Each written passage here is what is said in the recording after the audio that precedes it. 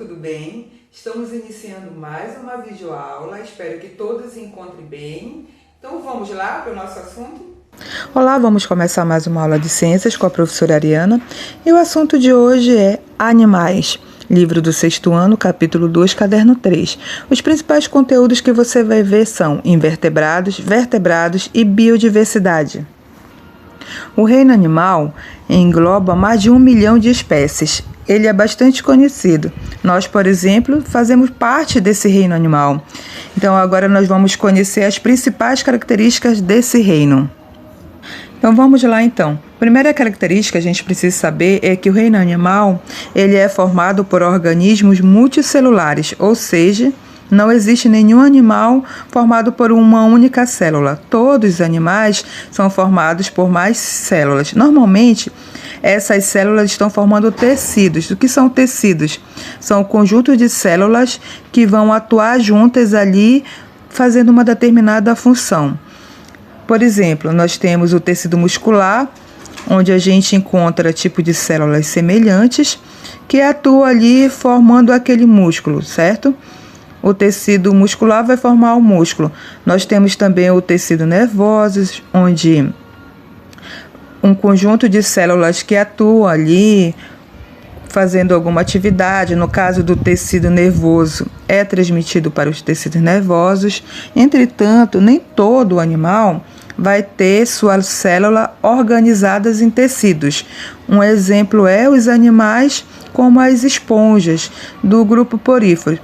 Além disso, além de ser multicelulares, os organismos classificados como animais são eucariontes. O que é o organismo eucarionte? É aquele que possui uma célula, onde um núcleo é estado delimitado, o material genético está envolto por uma membrana nuclear e a gente encontra também algumas organelas membranosas. Então, é eucarionte, certo? Além disso, os animais são heterotróficos. O que isso quer dizer? Eles precisam se alimentar, eles precisam consumir matéria orgânica. Eles não são capazes de sintetizar seu próprio alimento. Nenhum animal, então, vai fazer, por exemplo, o processo de fotossíntese ou quimiossíntese, certo? Esses animais apresentam diferentes formas de alimentação. Então, por exemplo, nós temos herbívoros, carnívoros, parasitas e até mesmo satrófagos. O que são satrófagos? Que se alimentam de resto de matéria orgânica e decomposição, correto? Então, a gente tem diferentes hábitos alimentares, entretanto, eles são heterotróficos. Além disso, a gente pode citar como característica desse reino a grande quantidade de habitats que esses animais ocupam. Então, nós temos animais vivendo em vários ambientes diferentes, tá bom? A gente costuma classificar os animais em 2 grandes grupos. Entretanto, essa classificação é artificial e ela é usada apenas para fins de dados. A gente costuma classificar os animais em vertebrados e invertebrados. Normalmente, a classificação está relacionada à coluna vertebral. Então, os vertebrados teriam essa coluna e os invertebrados não teriam essa coluna, tá certo? Só que essa classificação tem apenas fins de dados. É mais para separar esses grupos quando a gente vai estudar, mas é uma classificação artificial. Existem mais de 30 filos de animais. Entretanto, quando a gente vai estudar esses grupos na escola, no ensino fundamental, no ensino médio, a gente costuma estudar apenas 9 desses 30, que são os grupos que a gente considera como representantes mais conhecidos e muito mais.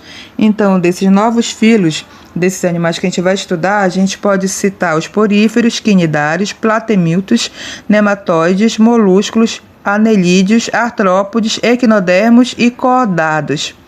Quando a gente fala em invertebrados e vertebrados, classificação artificial, normalmente então a gente tem todos esses 8 grupos primeiros como invertebrados e só o grupo do cordado classificado como vertebrados, tá certo? Então vamos lá. O O primeiro grupo que a gente vai falar como característica geral são o porífero, que é o grupo de animal. Como a gente já falou, é um grupo de animal que tem ausência de tecidos, os poríferos, certo? Esses animais vivem fixos nos substratos, então são animais sesses, como esponja, e a característica deles são filtradores. Não possuem... são filtradores e são sesses. Isso quer dizer, então, que eles ficam fixos no fundo do ambiente aquático. Outro grupo de animais bastante conhecidos são os quinidários. Os quinidários, a gente tem como exemplo a água-viva, os corais. Nesse grupo, quinidários, a gente tem uma célula especializada que libera toxinas, os quinidócitos. Nessa célula especializada que dão o nome, então, dos quinidários. Então, como característica, a gente pode citar então a presença dessas estruturas que liberam toxinas e também uma simetria radial. Ou seja, se a gente dividir o corpo deles, a gente consegue dividir em vários planos que vão ter partes iguais. Então, a gente divide em planos diferentes, certo? Então, grupo 2, quinidários, também conhecido como invertebrados. Então, nós temos também os plateumintos. Os plateumintos, nós temos, por exemplo, a planária, que são caracterizados por um corpo achatado. Esse corpo é achatado, por isso plateumintos são vermes de corpo plano. Nesse caso, a gente conhece muitas espécies de vida livre, como é o caso da planária, só que a gente cita também como representante a tênia, que é um parasita. Então, quando a gente fala em plateumintos, normalmente a gente conhece pelos organismos parasitas e espécies de vida livres. Temos também os nematódios. Os nematódios, eles têm uma cutícula espessa que reveste o corpo e o corpo deles já é cilíndrico. Então, a gente costuma classificar platemídeos e nematódios como verme. Chamamos eles de vermes. Os platemídeos são vermes achatados e os nematódios são vermes que têm o corpo arredondado e as extremidades afiadas. Aqui nós temos como representante o exemplo a lombriga. Nós temos também os molúsculos. Os molúsculos, como o nome indica, são animais do corpo mole. Então, a gente tem aí como representante alguns polvos, lulas, caramujos. Então, esses são representantes de molúsculos, animais de corpo mole. Também ainda do grupo artificial dos invertebrados. Temos agora os anelídeos. Os anelídeos se destacam pela presença de corpo todo rico em anéis. Então, a característica deles básica seria esses anéis no corpo. O representante bastante conhecido seria a minhoca. Além disso, nós podemos citar a sanguessuga. Outro grupo de animais, os artrópodes.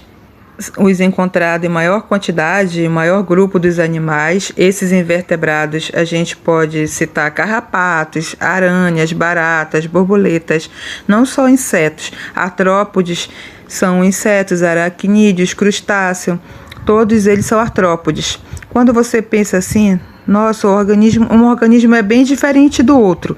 Por exemplo, se a gente pegar uma lagosta e uma borboleta, por exemplo, são bem diferentes. Mas qual é a característica que une todos eles nesse filo animal? A característica básica é a presença de um exoesqueleto. O que é isso? É o esqueleto que está externo ao corpo. Esse exoesqueleto é geralmente formado de quitina e garante uma maior resistência ao corpo do animal. Além disso, ele tem apêndice articulados. Seria então uma característica dos artrópodes. Só para a gente abrir um parênteses aí, quando a gente fala em exoesqueleto quitinoso, esse exoesqueleto que envolve o corpo desse animal por fora, ele pode limitar o crescimento desse animal. Então, a gente vê que eles têm uma espécie de carapaça por fora do corpo. Então, limita o crescimento. Então, eles passam por um processo de muda, onde eles vão trocar o exoesqueleto, tendo um exoesqueleto maior para adaptar o seu corpo em crescimento, tá certo? Outro grupo importante aí seria dos equinodermos. Bom, os equinodermos, A gente pode citar o ouriço do mar, a estrela do mar. Característica marcante seria o sistema de canais dentro do corpo desse animal, por onde passa a água e garante então a locomoção desse animal, certo? Então, por fim, nós temos o grupo dos cordados. Todos os outros grupos que a gente citou seriam então animais conhecidos como invertebrados. Agora, a gente tem os animais cordados que são chamados de vertebrados. Entretanto, algumas espécies, poucas espécies, digamos assim, não apresentam essa coluna vertebral, mas existem sim espécies de cordados que não têm essa coluna vertebral. Um exemplo seria o peixe-bruxa. Ele não tem essa coluna vertebral, certo?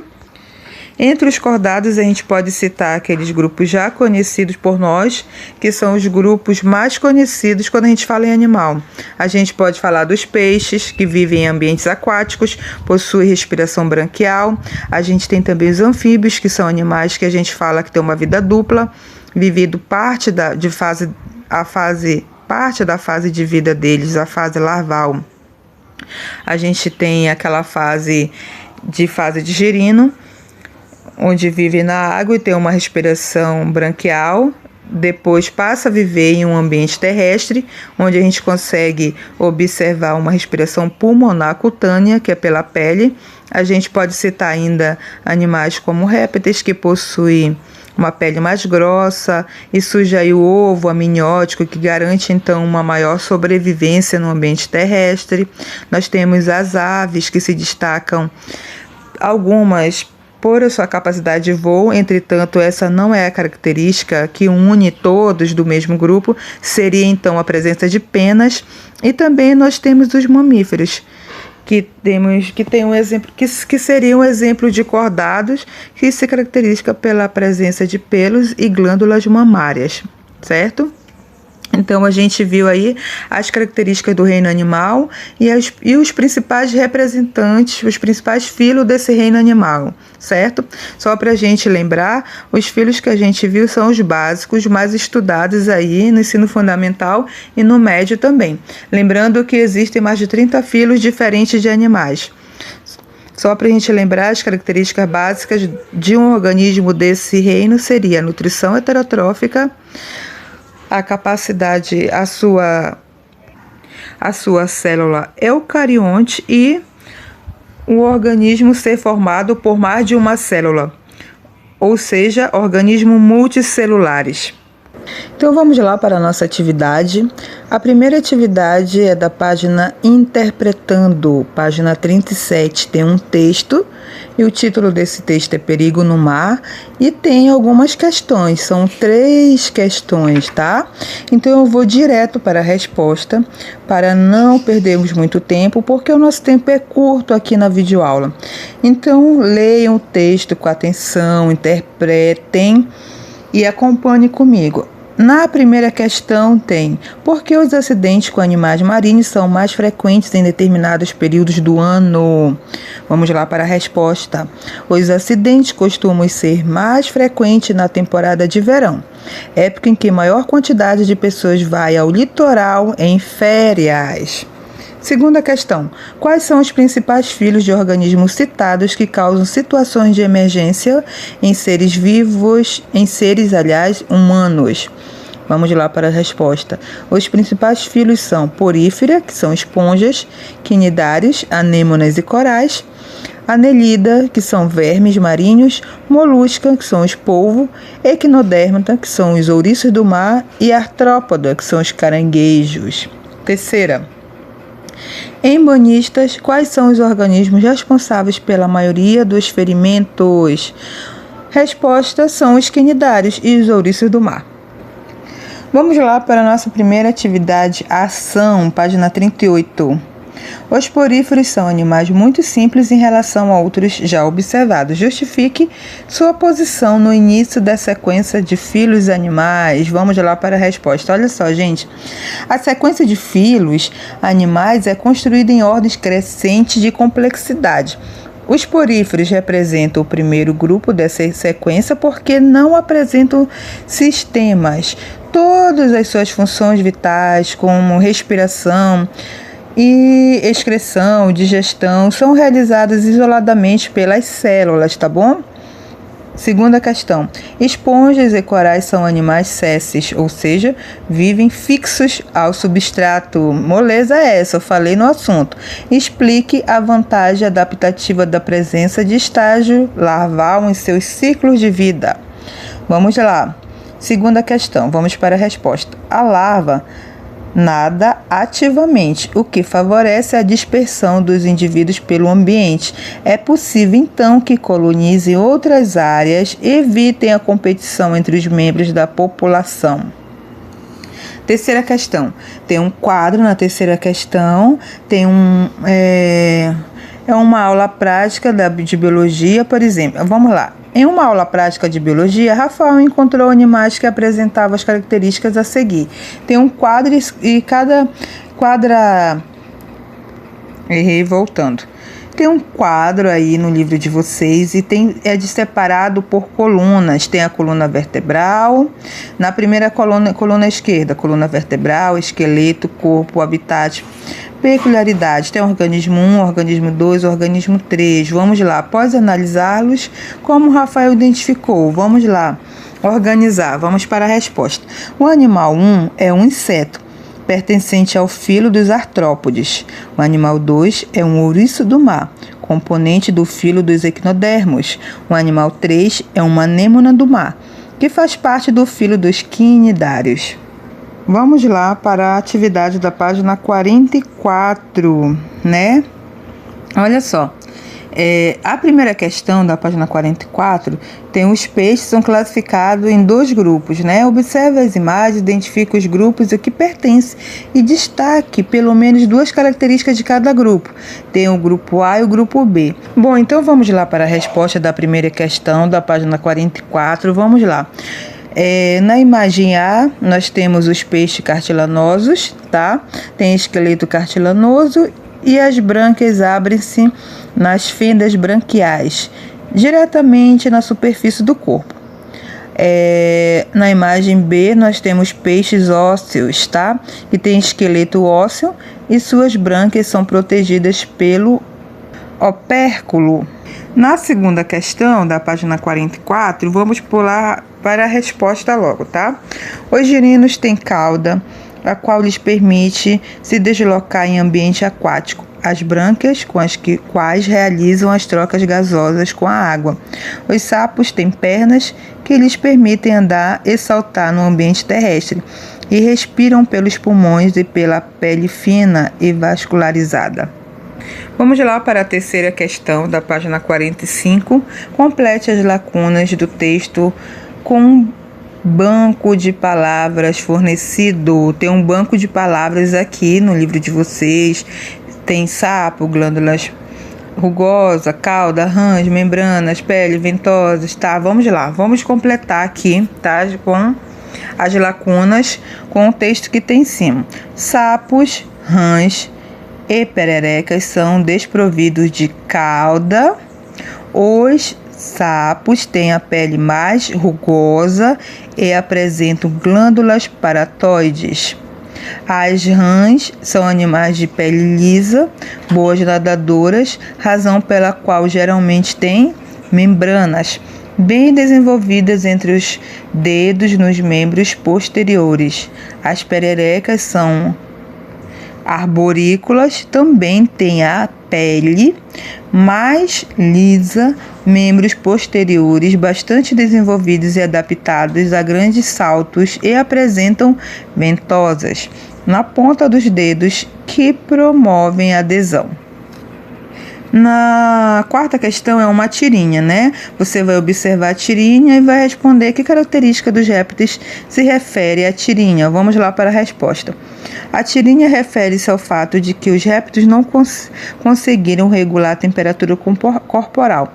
Eles são ectotérmicos e, por essa razão, a temperatura do seu corpo depende da temperatura do ambiente. Em temperaturas mais frias, a atividade desses animais cai bastante. Os movimentos e processos como digestão, a respiração e todos os outros mecanismos internos ficam mais lentos. Por isso, ficam expostos ao sol para se esquentarem e ativarem seu metabolismo. Então, vamos lá para as questões da página 46. A quinta questão, eu vou pular direto para a resposta, tá? Porque temos pouco tempo. Vamos lá. Na quinta questão, a letra A, resposta. Os répteis foram os primeiros vertebrados a conquistar um ambiente terrestre e a independência da água para a reprodução. As características que permitiram a ocupação do ambiente terrestre foram pele rugosa e impermeável, respiração exclusivamente pulmonar, deslocamento por pernas e rastejo, fecundação interna e ovo revestido por casca. Letra B, resposta. A conquista do ambiente terrestre foi favorecida pela endotermia, pela fecundação interna, pelo desenvolvimento dos filhotes no interior de ovos em casca, pela existência de pele seca e impermeável. A capacidade de voo deve-se a pernas transformadas em asas, aos músculos peitorais bem desenvolvidos, aos sacos aéreos ligados aos pulmões, à quilha, aos ossos pneumáticos e às pernas. Resposta da sexta questão. As características dos mamíferos que favorecem sua ampla distribuição em ambientes aquáticos ou terrestres, tropicais, desérticos ou polares são a capacidade de regulação da temperatura corporal, endotermia, a fecundação interna e a existência de placenta, que garante a alimentação de embrião durante seu desenvolvimento, assim como os